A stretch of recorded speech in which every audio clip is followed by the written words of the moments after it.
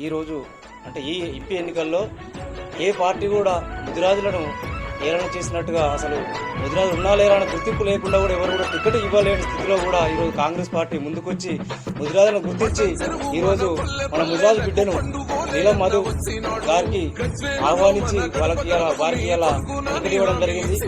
అదే టికెట్ వాళ్ళ నమ్మకంతో అన్న ఇవాళ ముందుకు రావడం జరిగింది. అదేవిధంగా ఈ ఎంపీ ఎలక్షన్ లో భాగంగా రేపు సాయంత్రం మన మర్కుకు మండలానికి ప్రచారానికి రావడం జరుగుతుంది. కావున మన మర్కుకు మండల్ ముదిరాజు బిడ్డలందరూ ముదిరాజు సంఘాలన్నీ ముదిరాజు పెద్ద మనుషులందరూ ఏకమై రేపు ఆ యొక్క నీలం మధు గారి ర్యాలీని బ్రహ్మాండంగా మనం విజయవంతం చేయాలని చెప్పేసి కోరుకుంటున్నాను. అదేవిధంగా ఈ యొక్క ర్యాలీకి మన ముదిరాజు బిడ్డలందరూ కష్టపడి ప్రతి ఒక్కరిని పేరున ఊరు నుంచి తరలి వచ్చి ఈ యొక్క ర్యాలీని విజయవంతం చేయాలని చెప్పేసి మనస్ఫూర్తిగా కోరుకుంటున్నాను. జై ముదిరాజ్, జై ముదిరాజ్. నీలం మధు గారి నాయకత్వం, రేవంత్ రెడ్డి గారి నాయకత్వం, కొండసురేఖ గారి నాయకత్వం, నాయకత్వం. జై కాంగ్రెస్,